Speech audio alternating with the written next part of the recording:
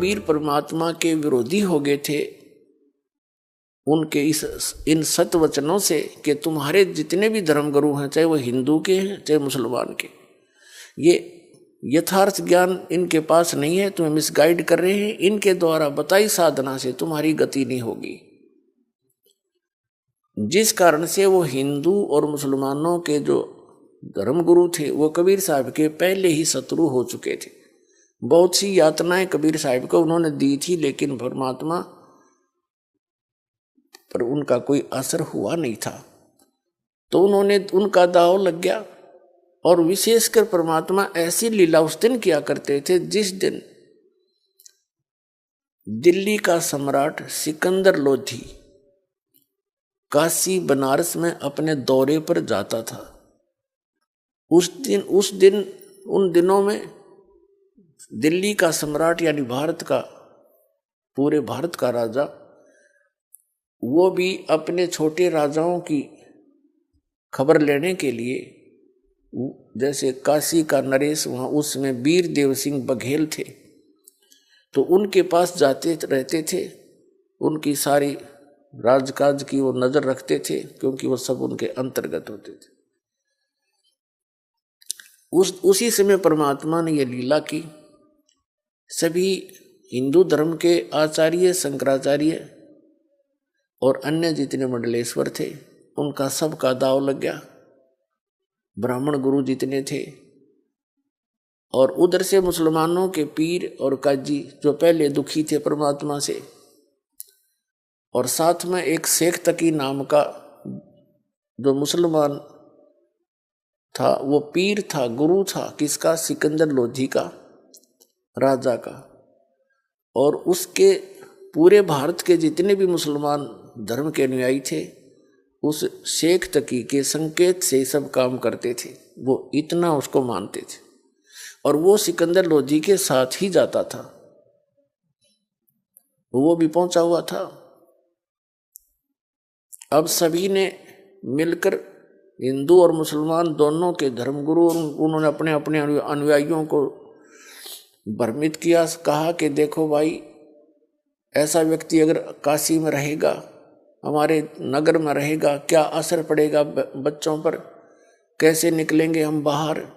चलो, राजा सिकंदर लोधी आया है, उसके सामने हम अपनी अर्ज करेंगे और इसको कठिन दंड दिलवाएंगे। वीर देव सिंह बघेल जो काशी नरेश थे, वो भी परमात्मा कबीर जी के शिष्य हो चुके थे। उनकी लीला देखकर, उनकी शक्ति देखकर, उनके ज्ञान को से परिचित होकर दिल्ली के सम्राट सिकंदर लोधी भी कबीर परमात्मा जी के शिष्य हो चुके थे। क्योंकि सिकंदर लोधी को एक बहुत भयंकर असाध्य रोग था, और वो परमात्मा कबीर जी के आशीर्वाद मात्र से स्वस्थ हो गया था, जिस कारण से पुनर्जीवन प्राप्त करके सिकंदर लोधी कबीर परमात्मा का बहुत आभार व्यक्त किया करते थे और शिष्य भी बन गए थे।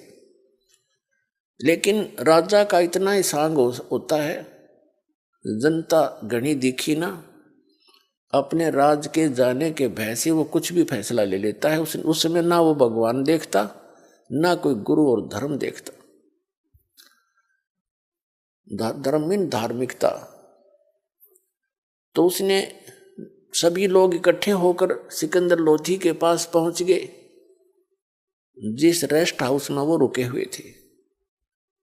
सारी कहानी से परिचित होकर के राजा ने आदेश दे दिया कि इसको, सभी ने कहा जी इसको सजाए मौत दी जाए और गंगा के अंदर डबो के मारना चाहिए इसको, पत्थर मार मार के। राजा ने अपने राज्य को बचाने के लिए, कहीं जनता तेरी विरोधी ना हो जा, ये हम इसे नकली है, अपने हाथ से सिकंदर लोधी ने कबीर साहब का, अपने गुरुदेव का हथकड़ी लगाई। राजा ने, जो एक सिपाही का काम था, सिर्फ नंबर बनाने के लिए जनता में अगर लोग मेरे से विरोधी ना हो जा, और सबको पता था कि राजा का गुरुदेव है और कहीं ये मेरे से इस कारण से विरोध ना कर ले कि यूँ सजा नहीं दे सकता, यूँ तो इसका चेला है। वो सब मर्यादाओं को लांघ के अपने हाथों परमात्मा के हाथों में हथकड़ी लगाई, पैरों में बेड़ी और गल में एक जंजीर भारा डाला करते, तोक जो नीचे पैरों से लेकर हथकड़ियों के साथ ऊपर तक जकड़ देती थी।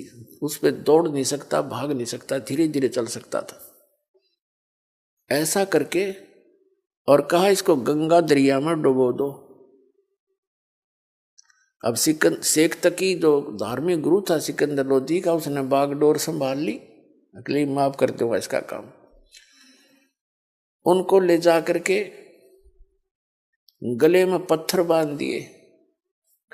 वो बेड़ी हथकड़ी तो लगाई रखी थी, तोक भी जड़ रखी थी, पत्थर भी बांध दिए गले में भारा भारा रस्सों से, और नौका में बैठा के 5, 7, 10 व्यक्ति साथ गए। दरिया गंगा के बीच में जाके उठा के कबीर साहब को और ऐसे पटक दिया कि ना हाथ पैर मार सकेगा और पत्थरों के वजन से डूब जाएगा, इसका टंटा कट जाएगा।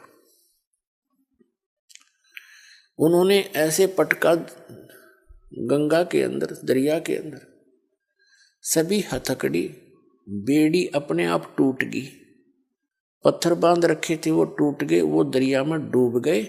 और कबीर साहब ऐसे बैठे हैं उस गंगा के जल के ऊपर जैसे थल पर बैठा करते हैं, आसन पद्म लगा के। नीचे से लहर जा रही है, परमात्मा सुरक्षित बैठे। अब नौका वाले वापस आ गए। अब लोगों ने देखा कि ये डूबा नहीं। पहले तो ये सोचा कि अब डूब जाएगा थोड़ी सी देर में, पत्थर वत्थर नीचे खींचेंगे इसको। जब देखा कि इतना डूब रहा है, ना इसको हथकड़ी रही है, तो सब ने कहा कि पत्थर मारो, पत्थर मारो। किनारे से लोगे पत्थर मारने, और पत्थर वहां कहाँ जहाँ थे, बीच में 200 फुट की दूरी पे। फिर कहा कि तीर लाओ, गोली लाओ, बंदूक से मारो। तीर ले आया, कोई बंदूक ले आए और वहां गोली मारे परमात्मा के ऊपर। जब तीर और इनसे नहीं मरे बंदूक गोलियों से, तब उन्होंने कहा सबने मिलकर के राजा तोप मंगाई जाए। अब तोप यंत्र लाके खड़ा कर दिया, उसमें गोले डालने, कबीर साहब के ऊपर दाग गए। वो गोला या तो वहीं गिर जाए फंस, या कबीर साहब से 100, 200, 300 फुट दूर जाके गंगा में गिरे, क्योंकि वहां बहुत चौड़ाई है गंगा दरिया की जहां पर वो ये क्रिया कर रहे थे। और यह इतनी दूर जा पड़े किसी तालाब सरोवर में, आसपास के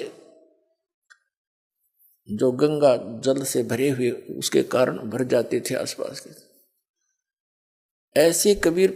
ऐसे परमेश्वर की लीला को आदरणीय गरीबदास साहिब जी, गांव छुडानी, जिला झज्जर, हरियाणा वाले ने परमात्मा से परिचित उस ज्ञान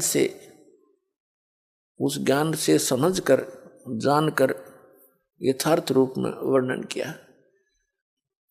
यहाँ थोड़ा सा वर्णन आदरणीय गरीबदास साहिब जी का आपको देते हैं, क्योंकि पुण्यात्माओं, आज तक आपने कौड़ियों को तो लाल समझ रखा था, और लाल को हमने कौड़ी जानकर कहीं फेंक रखा था कूड़े में। अब दास ने पहचाना उस लाल को, क्योंकि लाल के गुणों से परिचित हुआ, और उस लाल को उठाकर बाप को आपके सामने ला रहा हूं कि जिनको तुम लाल समझकर लिए हुए हो वो लाल नहीं है, वो समर्थ भगवान नहीं है। और समर्थ के बिना कोई सुख हो ही नहीं सकता, आपकी गति नहीं हो सकती, आपके यहाँ भी पाप नाश नहीं हो सकते, आपके प्रारब्ध के जो पाप कर्म है वो नहीं कट सकते, और आप सुखी नहीं हो सकते। यहाँ भी दुख और आगे भी आप दुखी होगे। केवल समर्थ कबीर परमात्मा से ही आपको यहाँ भी सुख मिलेगा।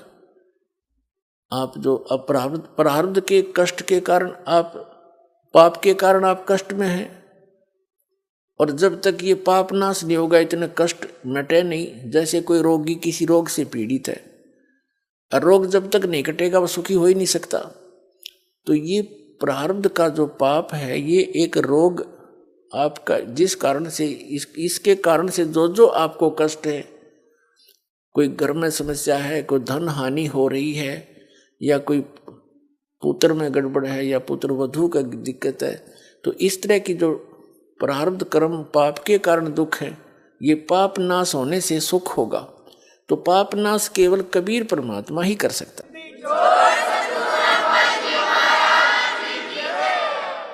नमस्कार जी। साहब सर। सर क्या नाम है आपका? सतबीर दास। सतबीर जी आप कहाँ के रहने वाले हैं? कृषि विहार दिल्ली से। सर आपने 2009 में संत रामपाल जी महाराज से नाम दीक्षा ली। उससे पहले आप बहुत ज्यादा इन्फेक्शन के कारण बीमार रहते थे। तो संत रामपाल जी महाराज से नाम दीक्षा लेने के बाद क्या आपको कोई लाभ भी प्राप्त हुए? एक तो शारीरिक लाभ मुझे यही प्राप्त हुआ कि 2009 से लेके आज तक मुझे फीवर तक नहीं हुआ है उस इन्फेक्शन की वजह से, जो मैं हर महीने या हर छठे महीने हॉस्पिटलाइज होता था। दूसरे शारीरिक लाभ में सर जी मैं बताऊं, मेरी वाइफ को कान में बहुत ज़्यादा इन्फेक्शन हो गई थी, पस आती थी। हमने कई जगह डॉक्टरों को दिखाया, डॉक्टरों ने कहा कि नहीं, इनका तो कान में इन्फेक्शन बहुत बढ़ गया है, इनकी सर्जरी होनी है।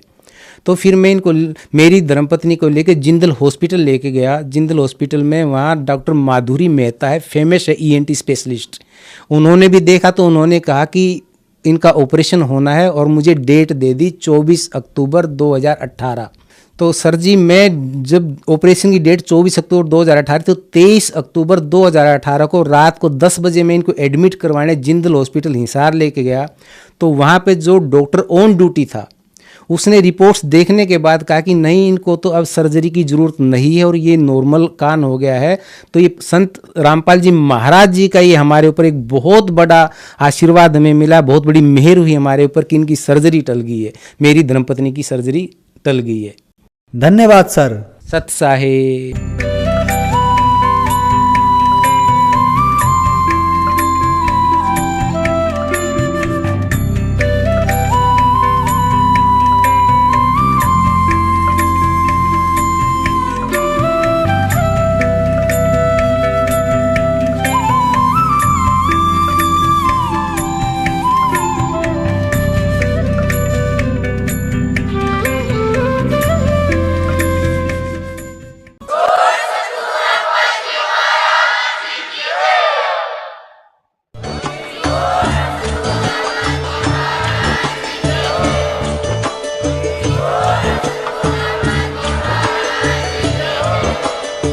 सुन रहे थे जगत गुरु तत्वदर्शी संत रामपाल जी महाराज जी के मंगल प्रवचन। अधिक जानकारी के लिए विजिट कीजिए हमारी वेबसाइट www.jagatgururampalji.org। संत रामपाल जी महाराज जी के शुभ आशीर्वाद से पूरे विश्व भर में 500 से भी ज्यादा नाम दीक्षा केंद्र हैं, जिन पर संत रामपाल जी महाराज जी द्वारा ऑनलाइन निशुल्क नाम दीक्षा दी जा रही है। अपने नजदीकी नाम दीक्षा केंद्र का पता करने के लिए संपर्क करें 8222 880541।